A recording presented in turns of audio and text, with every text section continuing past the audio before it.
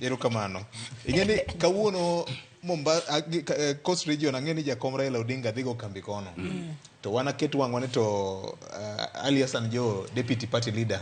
Be odhi bet koso odhi bedo nade? Koso bro mabet kondike X. Koso odhike X. Machielo bende ngeni Junet noneno mogik aparo ni ka party ne nitie gi function Migori County. Mane party higa mokalo nochako chenro mar timo recruitment margi. Kana nene ka ne uriri ka ni office manyien.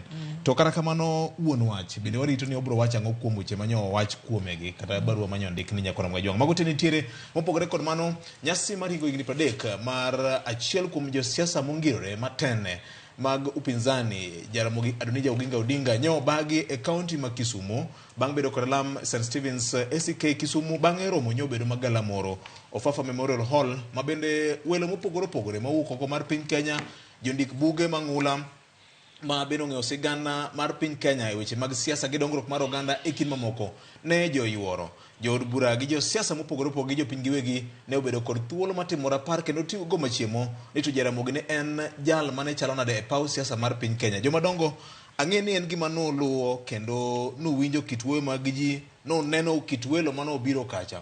En ang'o mane kwanye malich ahinya e memorial mar Jaramogi? Roslyn. Anapanina kwanyo gi mang'eny. Taparo ni mano mako chunya ahinya.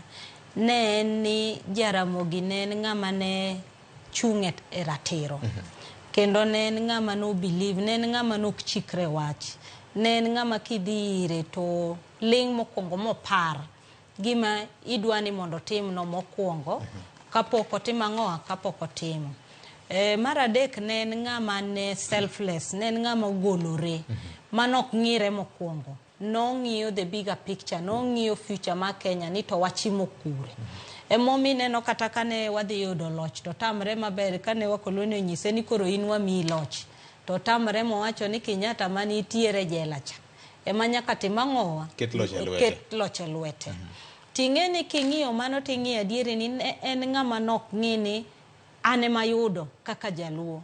No ng'iyo ni to jo Kenya te ni nade nikech ndalo go yudo ka jo Mau bene gocho Dedan Kimathi gene go koro no ng'iyo ni kadina kao bene dhi pogo jo Kenya kadine ka jogi owuok oko jo manotwe manini e detention gi to koro wakao loch kamoro ang'owa achiel tineno kata buge mondiko ni notie to uru cha nitie gik mang'eny mano ng'iyo mineno kama ne wayudo loch ne nitie gik adek mane thago wandalo ka machiel ne gini literacy, disease, to gi hunger.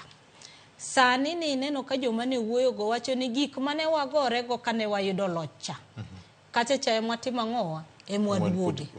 Sani makoro wantiere gik mane Jaramogi oneno higni kate. Wan sani koka watimo ang'owa koko mako wa maber. Mar ariyo kani winjo kaka Muisa Kitui no wuoyo. Wacho ni en achiel kuom jok mane iluongo ni young tax. Mane wacho ni Odinga nonyiso gi ni umia bedo ng'at matin. Kata ka ika nodhi taduogo bedo ng'ama tin nikech yawere mane antiere godo. Ndalogo ne en gorengo gini Anyang' Nyong'o gi Tobui Manyara ni winjo ko wacho ni mage jok manotimo ang'owa ema ne timo liberation. To burano nodhiro gimoro ni sani nyaka wabed gi gima nyalo luongo ni third liberation.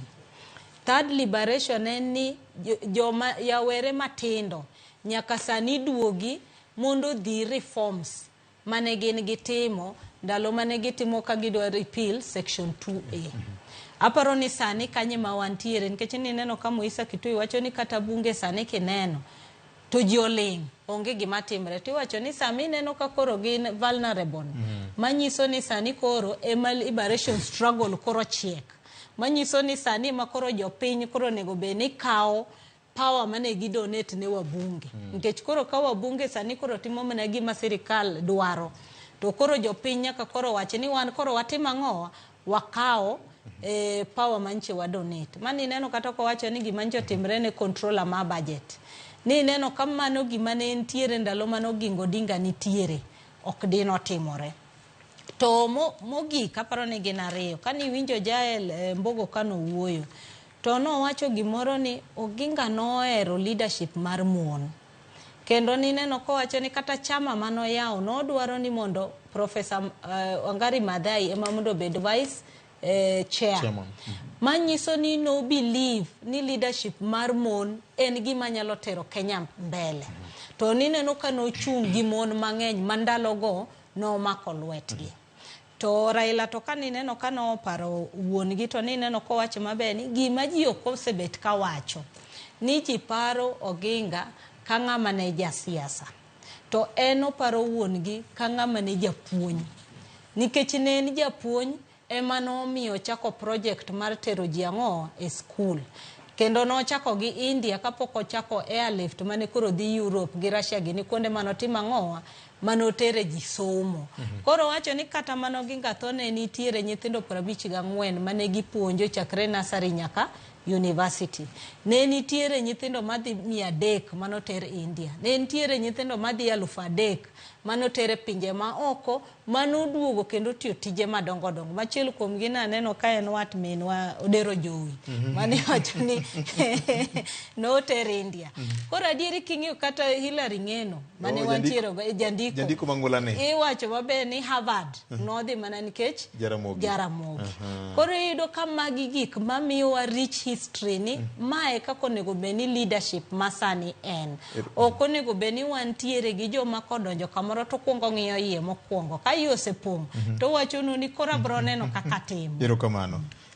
Bedo ni Moses Kuria nyo yuoro kacha gi Mama Margaret Kenyatta, former first lady. En ang'o mano bire pache ka jafwambo gi keyo mang'iyo kaka siasa mar Kenya osebedo karingo.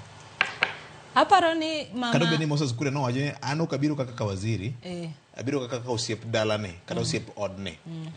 Aparo ni king'iyo Mama Margaret en symbolic nikech ni winjo ko buro wacho maber niya ka Oginga gi Kenyatta no kokosana negi differ in ideologies maonge ne miti mane ntiere e kind Kenyatta family gi Odinga family manyiso ni representation mar Margaret Kachecha ne nyiso ties mane gi chako chakre chon kapok oyudo independence nyaka ng'owa nyaka sani. Ok ng'eni jomoko ne geno ni samoro former first lady kata mana Muhoho bede mane nyalo chopo kacha nikech gine mana samoro ne ging'eyo kind wuon gi Jaramogi. Ing'eni koro Kenyatta mokwongo gi Jaramogi matigita mopogore kod Margaret.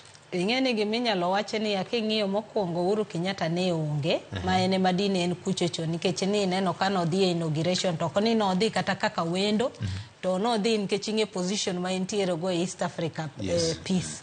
Koro manyiso ni Kachecha no konyal timo ang'o ok nyonya bete tineno ko oro first lady mobiro. Mar ariyo kineno chenro ni en chenro ma second generation mar familia gi en second generation mar Kenyatta second generation mar Jokodinga. Manyiso ni kadine bed ni kata Jokodinga be nitiere first generation mar ng'ane cha to nine miyo Mama Ngina comfort zone makata embe kobiro to yudo jok monyalo wuoyo godo maginyalo pango godo paro godo ndalo. Lakini koro mating'eni koro biro ma jomoro mogodo gin jo second generation magine maginyiso sigana manotimo ang'owa manotimre. Koro aparo ni Mama Ngina de nitiere wuon. Aparo ni dino bet ma off matin e meeting no. To mar ariyo to Moses Kuria biro kata nowacho ni kata wan jofwambo Moses Kuria aparo ni en jasiasa.